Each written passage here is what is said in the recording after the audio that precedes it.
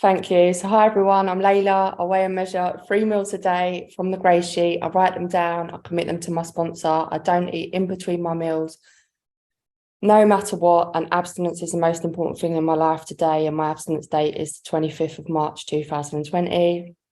And yeah, I'm just going to try and do a bit about what it was like, what happened, and what life is like today. And just to say, I genuinely feel so grateful to be on this meeting, to have been asked to share. I hate kind of doing this stuff, but it keeps me abstinent. I believe that in my heart, and that's what I've been shown to do. So, what life was like for me before Grey Sheet, and it's a little bit kind of foggy. I don't really remember. It feels like it's a bit unclear to me. But what I do remember is from probably the age of about 13 or 14, starting to be consumed by feeling overweight, being really concerned about the shape of my body, the size of my thighs, the size of my arms, trying to diet, trying to restrict unsuccessfully.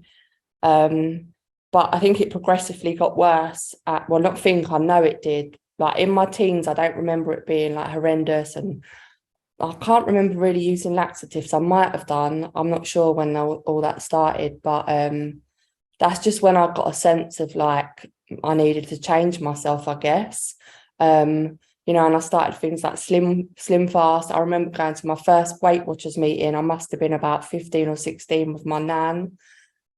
And then I feel like, to be honest, then things did sort of start to spiral a bit out of control. And that doesn't mean that I didn't have any good times in my life. I've got some really great memories, and I didn't always hate myself, but I was consumed by this stuff. And certainly it feels like to me, once I got to my later teens, like 17, 18, right up until I come into GreySheeters Anonymous, like 2 and a bit years ago, I just feel like dieting and getting a thin body was the absolute main focus of my life. And that's, I didn't know it at the time. I didn't know how consumed I was by it. But every night when I went to bed, it was normally like, well, I didn't say please God, but it was like, almost like, please God, let tomorrow be different, let tomorrow. I'd buy all the stuff for my diets. All the stuff would be in my fridge. I had all the books. So the only books I ever read was diet books. And most mornings I'd open my eyes, and before I'd even start the diet, I'd be back binging again. And then I remember trying to purge once and make myself sick, and I wasn't successful. And I honestly believe that was a bit like a blessing in disguise, because I remember my friends saying to me, I remember two friends, the advice I got from friends was stick your fingers down the back of your throat as far as you can and make yourself sick. Another friend would say to me, well, why don't you start smoking, because that would curb the hunger. Bearing in mind that when I look back at myself, there was some periods when I was a young child, I was a bit overweight, or maybe like, I don't know what age, but certainly going into my teens, in fact, I was probably quite slim. And it's funny, even like in my early 20s, I was quite slim, but I felt like repulsive and disgusting. And they're the words that floated around in my head. And the thing is, today I believe, even physically back then, I didn't, gain a lot of weight. I feel like what I was doing to my body, physically was damaging. But for me, I think what I was doing with the food must have damaged me. I believe today, emotionally and spiritually, even though at times I felt well and happy. Sometimes I think it was true, but I think I've just always been hidden behind my smile and a laugh, or just hidden. And no one really knew what was going on. When I tried to tell people about the food, I couldn't really articulate it or explain it. And all my friends, if ever I said, oh, I'd overeaten, or I can't stop eating, or how much I'd consumed the night before, my friends would kind of just say, yeah, I felt sick last night and I had this and I had that. And it was just, I just thought I was normal.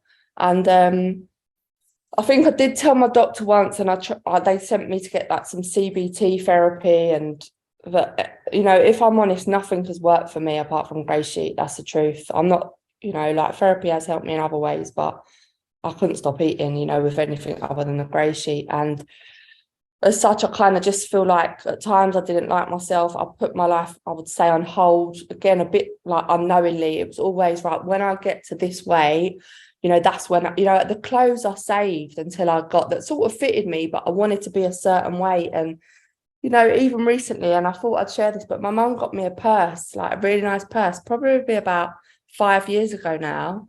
Like, I've never used it because I always think, oh, one day I'll use that. And about 2 weeks ago, I started using it, but I don't. The truth is, I don't save things anymore. Like, I've got dresses recently, and this, sorry, I'm going a bit around. I'll come on to that because that's like the beauty and the gifts. But anyway, that's kind of what life was like for me, just being consumed by this stuff. Be 5 minutes. Thank you so much, Nancy. You know, I didn't date. I did go out, but you know, the amounts of time that my friends were going out Thursday, Friday, Saturday, and Sunday, and I'd go, yeah. I wanted, you know, 6 or 8 weeks notice in advance for a night out so I could diet, get my fake tan done, hair done, nails done.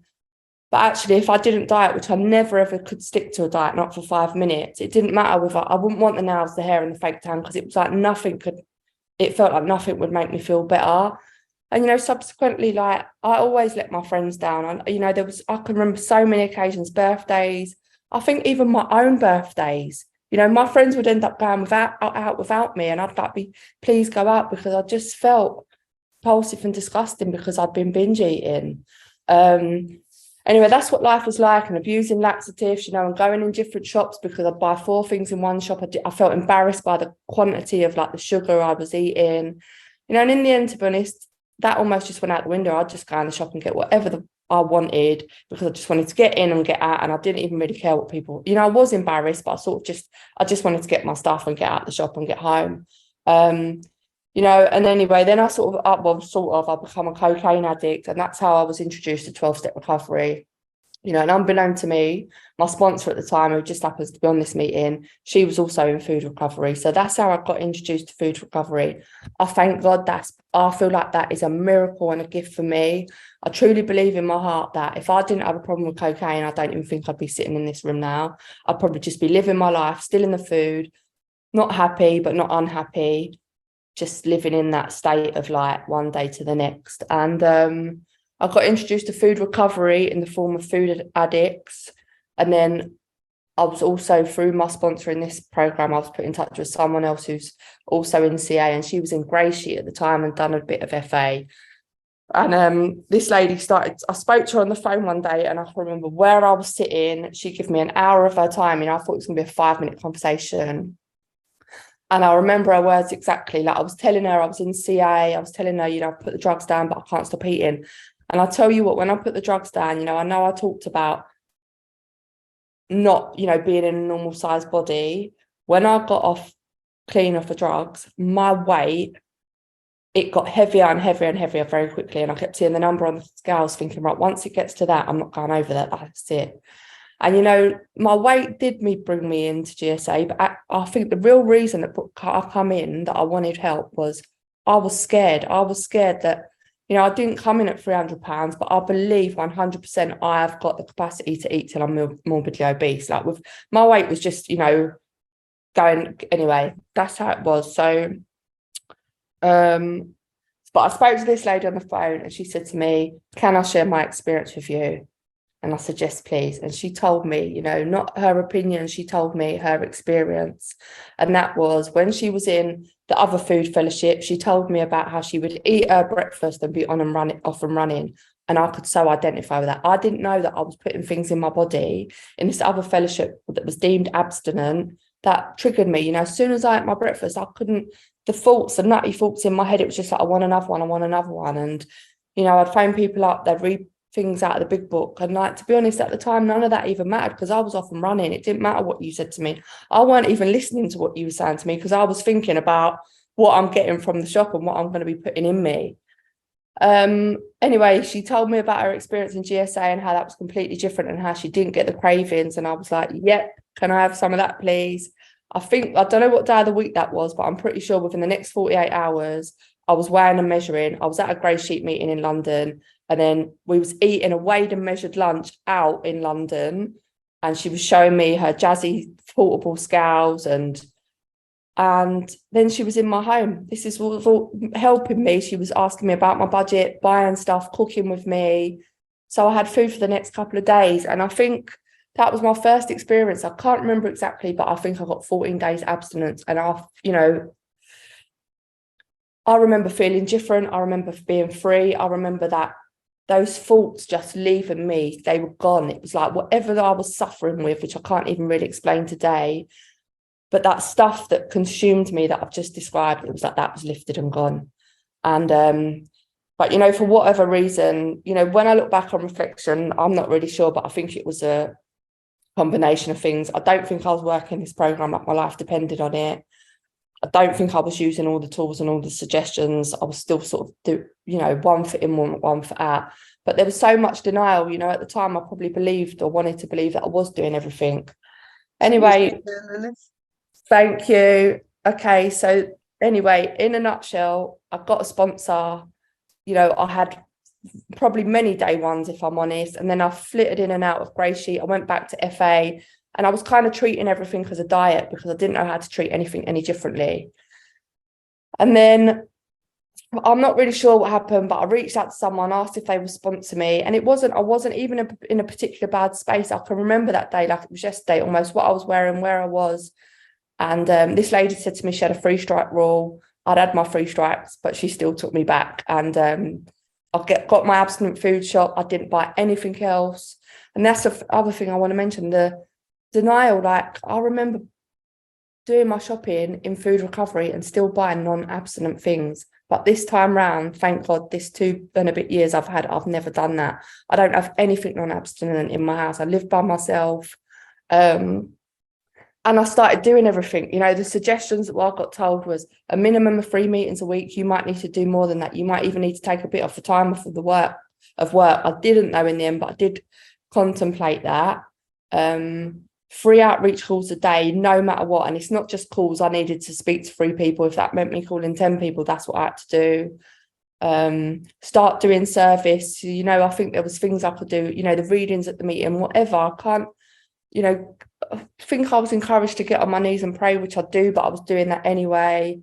Get to the next GSA event, roundup, whatever it was, steps workshop, and I think there was some more, but basically that's what I started doing.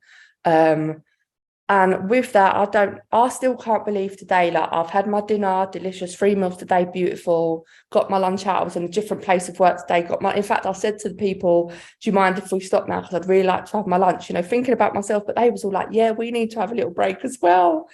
But like, my lunch is already delicious in the fridge for tomorrow. Like, I don't know where the willingness comes from, you know, I don't even walk down the non-abstinent aisles now.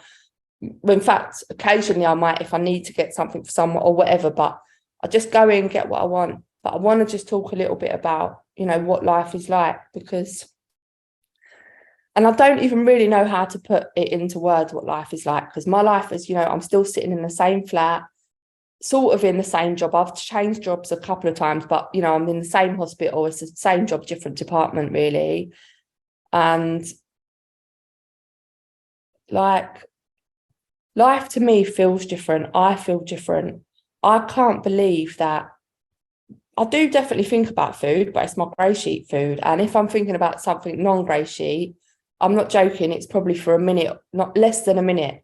You know, I'll give you an example. Whenever I eat a meal, I sort of after, I think, I could eat that probably all over again or whatever it is. By the time I've washed my bowl up, that's gone. It's just gone. It's like, I don't think about it again. You know, when I go to bed tonight, I might think for a minute, breakfast in the morning, but it's like, that's it. You know, it's just, so for me, like, it is so freeing. I want to be honest, you know, I'm not sure I'm completely free because I feel like there's other stuff going on and I don't even know what that is yet. I think, you know, I still have a really noisy head at times, but it isn't noisy about the food. I never think about diets now. When someone talks about a diet, I know it might sound bad, but I almost rejoice. I think, oh, great. It feels like a luxury and a gift that I don't ever think about. And I don't feel like I'm on a diet.